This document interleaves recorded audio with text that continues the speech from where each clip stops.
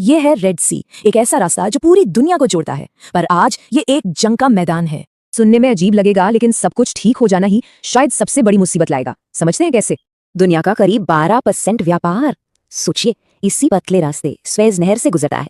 ये एक लाइफलाइन है, और 2030 के आखिर से यही लाइफलाइन एक वॉर जोन बन गई है। जहाजों का आना जाना लगभग ठप पड़ गया। वजह यमन के हूती विद्रोही, जो गाजा संघर्ष के विरोध में व्यापारिक जहाजों पर हमला कर रहे हैं। तो कंपनियों ने क्या किया? उन्होंने एक बहुत लंबा और महंगा रास्ता अपना लिया, अफ्रीका के चारों ओर से। अब सवाल यह है कि इन दो रास्तों में आखिर फर्क कितना है? सिर्फ दूरी नहीं, 10 से 15 दिन ज्यादा, और हर ट्रिप पर करीब $1 मिलियन का एक्स्ट्रा खर्चा।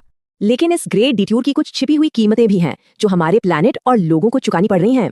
इस संकट का पर्यावरण पर जो असर हुआ है, वो इस एक नंबर में छिपा है, 21,000।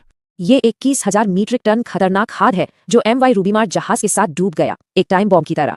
यूनाइटेड नेशंस ने भी चेतावनी दी है कि एक बड़ा लीक यमन के तट पर बहुत बड़ी तबाही ला सकता है। देखिए, संकट से पहले और बाद में मछली पकड़ने की एक्टिविटी में कितना बड़ा फर्क आया है। गिरावट साफ है।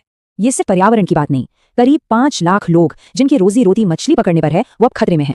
पर इन लंबे और खतरनाक सफर की असली कीमत कौन चुका रहा है? चलिए बात करते हैं उन नाविकों की। इन नाविकों के लिए हर सफर मानसिक तनाव, हमले का डर और जबरदस्त थकान से भरा होता है। फिलहाल एक नाजुक सीज फायर है, पर स्वेज नहर का खुलना ही एक नई मुसीबत खड़ी कर सकता है। सोचिए, तेज और धीमे दोनों तरह के जहाज एक साथ यूरोप पहुंचेंगे। नतीजा, बंदरगाहों पर महीनों का जाम। स्वेज के खुलते ही ग्लोबल शिपिंग कैपेसिटी में अचानक 6% का इजाफा होगा। मार्केट इसके लिए तैयार नहीं है। इसका असर शुरुआती अफरा तफरी के बाद माल ढुलाई के रेट्स बुरी तरह गिर सकते हैं। इंडस्ट्री में भूचाल आ सकता है। तो रेड सी संकट हमें ये दिखाता है कि कैसे एक लोकल झगड़ा पूरी दुनिया में सुनामी ला सकता है। तो सवाल ये है, जब दुनिया के व्यापार की एक धमनी बंद हो, तो क्या लंबा रास्ता लेना बेहतर है, या फिर से खुलने की अफरा तफरी?